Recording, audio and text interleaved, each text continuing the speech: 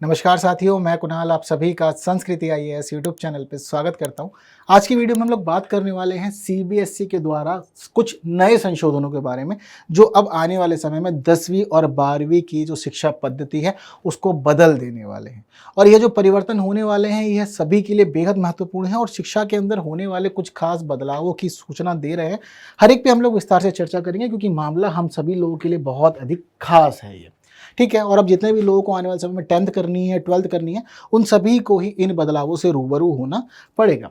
क्या क्या मामला है सब कुछ देखते जानते समझते, लेकिन उससे पहले ज़रूरी है कि आप लोग एक प्रश्न देख लीजिए। वीडियो को अंत तक देखिए, चीज़ों को जानिए समझिए, उसके बाद इस प्रश्न का आंसर कमेंट कीजिएगा। पूरा सेशन बहुत अधिक खास है आप सभी लोगों के लिए। हो सकता है कि आप चीज़ों से आगे बढ़ गए हो, लेकिन परिवर्तनों के बावजूद आपके घर के जो सदस्य हैं, हम देखते हैं कोई ना कोई जनरली चीज़ों में जुड़ा रहता है, 10th या 12th में रहता ही है, ठीक है ना। तो चलते हैं आगे और देखते हैं क्या क्या परिवर्तन हो रहे हैं। पहले हम लोग बात करते हैं 10th क्लास की। तो अगर अब हम लोग कभी वर्तमान का सिस्टम देखें कि आज के समय में क्या सिस्टम है, तो देखिए आज का जो सिस्टम चलता है, अगर 10th में उसकी बात करते हैं तो पता लगता है कि 2 लैंग्वेजेस जनरली रहती हैं। हिंदी इंग्लिश हम लोग पढ़ते हैं, क्षेत्रवार रूप से अलग अलग भी हो सकती है, इसमें भी कोई दो राह नहीं है। इसके अलावा हम लोग पढ़ते हैं 4 सब्जेक्ट जनरली, ठीक है। 3 सब्जेक्ट तो रहते ही हैं, जिसमें मैथ्स होता है, साइंस होता है, सोशल साइंस होता है, ठीक है ना, ये होता ही है। इसके अलावा एक सब्जेक्ट जो हम लोग 6th पढ़ते हैं वो होता है हमारा एक तरह से एडिशनल, क्योंकि अभी हमारी जो पद्धति है वह कहती है कि 5 ही सब्जेक्ट में आपको पास होना है, ठीक है। अब 5 सब्जेक्ट में पास होना है तो जो छठा सब्जेक्ट हम लोग का हो जाता है वो अलग अलग क्षेत्र में वैरी करता है। कहीं पे लोग संस्कृत पढ़ते हैं, कहीं पे लोग पंजाबी पढ़ते हैं, कहीं लोग उर्दू पढ़ते हैं, यह भी हम लोग देखते हैं। अगर इन 6 भाषाओं के पैटर्न को हम लोग समझे तो हमें पता लग रहा है कि इस 6 पैटर्न के अंदर 3 तो भाषाएं हैं, भले ही तीसरी भाषा जो है वह एक एडिशनल सब्जेक्ट हो। इसके अलावा मैथ्स, साइंस और सोशल साइंस ये हमारे कोर सब्जेक्ट यहाँ पर हो जाते हैं। अभी का सिस्टम यह कहता है, और सिस्टम यह कहता है कि आपको 5 सब्जेक्ट में पास होना जरूरी है। आप यदि 5 में ठीक से पास हो जाते हैं तो आप फिर अगली क्लास में चले जाएंगे। ये अभी का सिस्टम है, अभी 10th क्लास इस प्रकार से हो रही है। लेकिन अब जो सीबीएसई के नए सुझाव हैं यह बहुत ही ज्यादा सिस्टम को बदल देने वाले हैं। कैसे बदल रहे हैं, अगर हम चीजें समझे तो पता लगता है कि अब सभी को पढ़ने होंगे टोटल 10 सब्जेक्ट। इतनी आंखें बड़ी नहीं करनी थी, अभी समझो अभी बहुत कुछ बाकी है। 5 से 10 सब्जेक्ट हो गए हैं तो चिंता का विषय नहीं है। कैसे कैसे को समझते हैं। सीबीएसई ने यहाँ पर बोला है कि देखिए आपको 10 सब्जेक्ट पढ़ने होंगे, 10 सब्जेक्ट में से 2 से 3 भाषाओं को पढ़ना जरूरी है, ठीक है।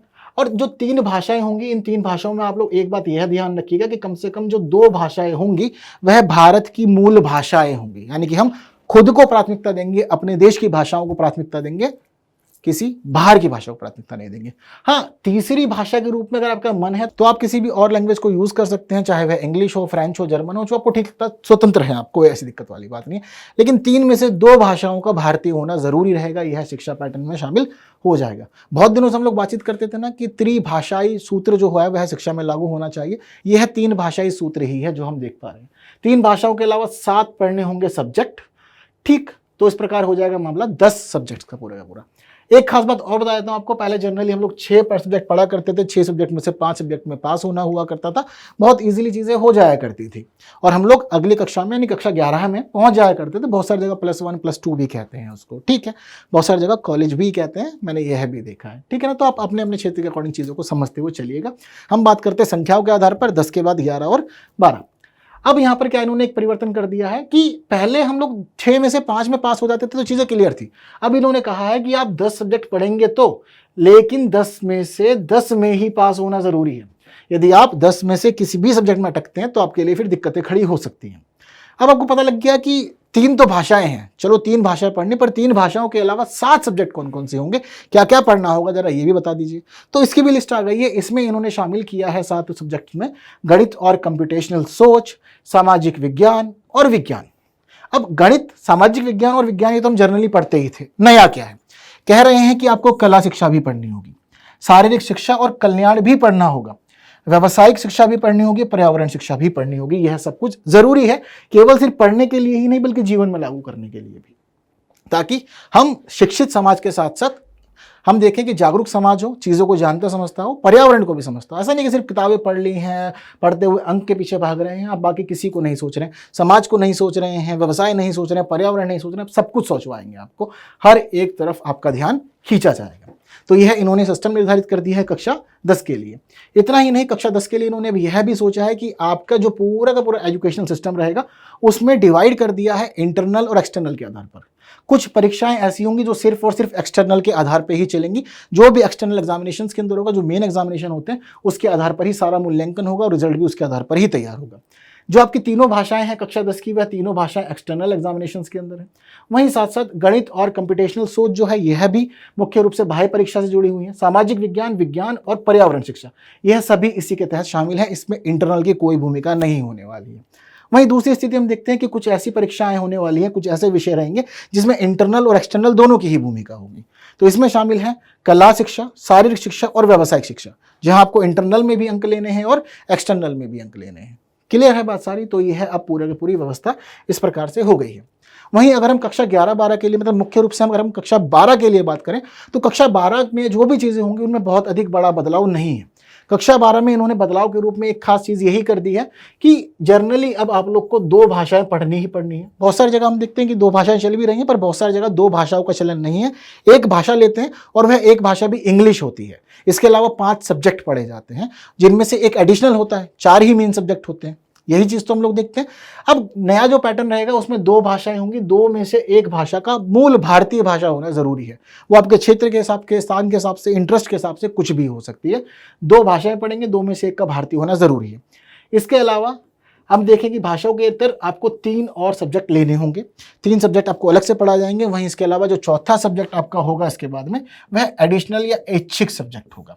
ठीक है, तो इस प्रकार से पैटर्न बन जाएगा। 2 लैंग्वेजेस, 3 सब्जेक्ट, टोटल 5, और 5 के बाद में आपका एडिशनल, तो हो जाएंगे टोटल 6 सब्जेक्ट जो आपको 12th में पढ़ने होंगे। तो बहुत सारे लोग कहेंगे कि हमने तो 5 ही पढ़े थे, हम 5 में पास हो गए, उसके बाद हम लोग कॉलेज चले गए थे। मैंने देखे, मेरे बहुत सारे मित्र थे ऐसे।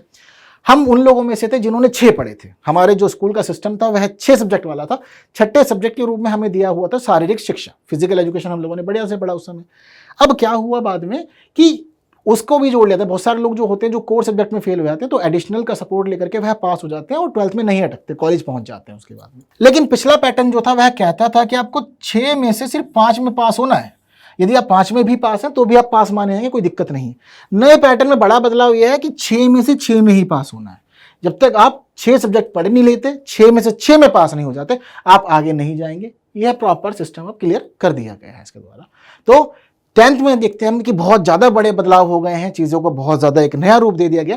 12th में कोई बहुत ज़्यादा चीज़ें खास नहीं बदली हैं, लेकिन 12th में अब यह कर दिया कि एक भारतीय भाषा को पढ़ना ज़रूरी है। दूसरी इच्छा है आपकी, अब ऐसा भी नहीं है कि मतलब तीसरी अगर आप भाषा पढ़ रहे हैं तो विदेशी ही पढ़नी है। आपकी इच्छा है आप तीनों भाषाएं भारतीय भी पढ़ सकते हैं। कम से कम बोला गया है कि कम से कम 2 भाषाएं पढ़ना जरूरी है। ऐसा नहीं कहा गया कि तीसरी भाषा भारतीय नहीं होगी। तीनों भाषाएं भारतीय पढ़ सकते हैं। यहाँ भी आप दोनों भाषाएं भारतीय पढ़ सकते हैं, कोई समस्या नहीं है। ठीक है, बाकी इच्छा है, अगर आपको एक भाषा भारी चाहिए ही, चाहे अंग्रेजी ही क्यों ना पढ़नी हो, तो आपको विकल्प सरकार ने दिया गया।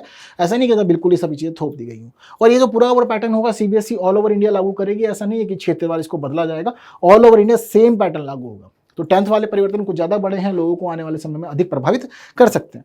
पर एक प्रश्न हम लोगों के सबके मन में, क्यों चाहता है सीबीएसई चीज़ों को बदलना और एग्जाम को या 10th स्टैंडर्ड को 12th स्टैंडर्ड को इस प्रकार से एक नया रूप दे देना? तो देखिए, इसके पीछे का बड़ा कारण है स्कूली शिक्षा में राष्ट्रीय क्रेडिट ढांचा प्रस्ताव।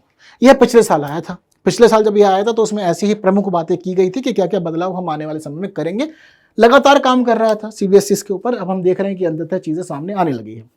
इस नए पूरे ढांचे को इंट्रोड्यूस करने का जो मुख्य उद्देश्य है वह यह है कि जितने भी बच्चे हैं वह बच्चे एकेडमिक्स को समझे, एकेडमिक्स को पढ़ें, जैसे कि तो चलते आ रहा है, लेकिन एकेडमिक्स के साथ साथ जरूरी है कि आप व्यावसायिक और सामान्य शिक्षा के बीच भी एक संतुलन स्थापित कर सकें। ऐसा नहीं है कि हम लोगों ने देखा कि कुछ बच्चे ऐसे होते हैं हम लोग के बीच में जो पढ़ाकू होते हैं, स्कूल टॉपर होते हैं।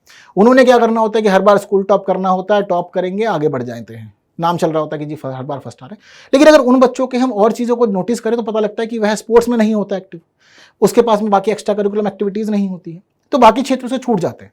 कुछ बच्चे ऐसे होते हैं जो स्पोर्ट्स में ही उनको पढ़ना नहीं आता। आयोग ने देखा, जाना समझा, देखा सीबीएसई ने कि गड़बड़ है, एक संतुलित व्यवस्था नहीं हो पा रही है, एक सामंजस्य नहीं स्थापित हो पा रहा है व्यवस्था में, इसको बदलते हैं। बच्चों को व्यावसायिक शिक्षा भी दो, शारीरिक शिक्षा भी दो, पर्यावरणीय शिक्षा भी दो, समाज के बारे में भी शिक्षा दो और कला भी सिखाओ। एक ही साथ साथ एकेडमिक्स जो चल रहा है उसको भी चलाते रहो। जरूरी है कि हर एक चीज उनके जीवन में हो। इस पूरे सिस्टम को तैयार करने के लिए उन्होंने सोचा है कि एक वर्ष में एक बच्चे को 1200 अनुमानित शिक्षण घंटों का अध्ययन करना होगा। यानी कि पूरे एक साल के दौरान जो भी बच्चा है वह 1200 घंटे पढ़ेगा और इस 1200 घंटे पढ़ के उसको 40 क्रेडिट दिए जाएंगे। लेकिन ये बात भी ध्यान रखिएगा, ये जो क्रेडिट है ये पढ़ने के हैं, क्लासेस अटेंड करने के हैं, बाकी आपका जो रिजल्ट होगा वो एग्जाम के आधार पर या इंटरनल के आधार पर ही तैयार होगा, चीज़ों को जोड़ करके। ये जितने भी घंटे तैयार किए गए, जितने भी क्रेडिट हैं, इन सभी को सब्जेक्ट वाइज डिवाइड किया जाएगा कि हर एक सब्जेक्ट के हिस्से में कितने कितने आ जा रहे हैं। उसके अलावा एक वर्ष में एक छात्र उत्तीर्ण होने के लिए कुल 1200 घंटे सीखने में लगाएगा। यह सभी के लिए एक महत्वपूर्ण चीज़ हो जाएगी और उसको पता होगा कि 1200 घंटे यदि मैं सीख रहा हूँ, चीज़ों को कर रहा हूँ, तो मुझे क्रेडिट मिलेगा, मुझे चीज़ें बताई जाएंगी, मेरा स्कोर कार्ड मेंटेन होगा जो चीज़ें काफ़ी अच्छी कर देगा। यह सभी चीज़ें जो होंगी उन सभी के लिए हमें पता लग रहा है कि अब आने वाले समय में एकेडमिक शिक्षा और स्कूल के बाहर अनुभवात्मक शिक्षा दोनों के ही उसके क्षेत्र ओपन हो जाएंगे और एक सर्वांगीण विकास जो होना चाहिए विद्यार्थी का, हम देख पाएंगे कि वह इस पूरे सिस्टम के माध्यम से होगा। यह पूरी उम्मीद है सीबीएसई को। इस पूरे सिस्टम को किस प्रकार से मेंटेन किया जाएगा आपको यह भी समझ लीजिए। तो जितने भी क्रेडिट होंगे बच्चे के वह ऑनलाइन ही अपलोड होते रहेंगे रेगुलर बेसिस पे, और बच्चे को अगर चीज़ों को जानना समझना है तो उसको जाना होगा एकेडमिक्स बैंक ऑफ क्रेडिट पे। एकेडमिक बैंक्स ऑफ क्रेडिट पे उसकी सभी चीज़ें अपलोड होंगी, उसका जो भी स्कोर कार्ड होगा, जो भी उसकी परफॉर्मेंस होगी, वह सब कुछ यहाँ अपलोड होती रहेंगी। इसका एक फायदा यह है कि सिर्फ बच्चे तक ही चीज़ें सीमित नहीं होंगी, शिक्षक तक ही चीज़ें सीमित नहीं होंगी, यह सभी चीज़ें पेरेंट्स तक भी पहुँच पाएंगी, क्योंकि पेरेंट्स को जो भी चीज़ें देखनी है वह डिजी लॉकर अकाउंट्स पे हर एक चीज़ को देख जान समझ सकेंगे, बच्चे की परफॉर्मेंस को एनालिसिस कर सकते हैं और उसके बाद देख सकते हैं कि विद्यालय में किस प्रकार का प्रदर्शन चल रहा है, क्या चीज़ें सुधर रही हैं, क्या चीज़ें खराब हो रही हैं। तो घर बैठे बैठे भी वह चीज़ों पर ध्यान दे पाएंगे। आजकल के बिजी शेड्यूल में जनरली लोग नहीं स्कूल के चक्कर लगा पाते, काम वगैरह भी देखना होता, तो इस प्रकार से चीज़ों को डिजिटली अवेलेबल कर देना सभी के लिए लाभदायक भी सिद्ध हो सकता है। और जैसे कि आपको बताया कि जो क्रेडिट है वह उनके बच्चों के प्राप्त अंकों से स्वतंत्र है, यानी कि दोनों चीज़ें अलग अलग ही चलेंगी, अंत में ही सारा का सारा रिकॉर्ड फिर तैयार हो जाएगा। मामला क्लियर है? तो यह है महत्वपूर्ण परिवर्तन जो कक्षा 10 और कक्षा 12 के लिए किए जा रहे हैं। क्यों किए जा रहे हैं ये सभी को पता है, और इन सभी के पीछे एक खास बात एनईपी आप सभी जानते हैं। न्यू एजुकेशन पॉलिसी आई थी, तो न्यू एजुकेशन पॉलिसी को लागू करने के चरण में ही यह सभी नई नई चीजें हम देख रहे हैं, क्योंकि न्यू एजुकेशन पॉलिसी का जो मुख्य उद्देश्य वह यही था कि बच्चों के लिए एक नई व्यवस्था को तैयार करना है, जो कि अब हम लोग देख पा रहे हैं कि इस तरफ धीरे धीरे हम लोग आगे बढ़ रहे हैं।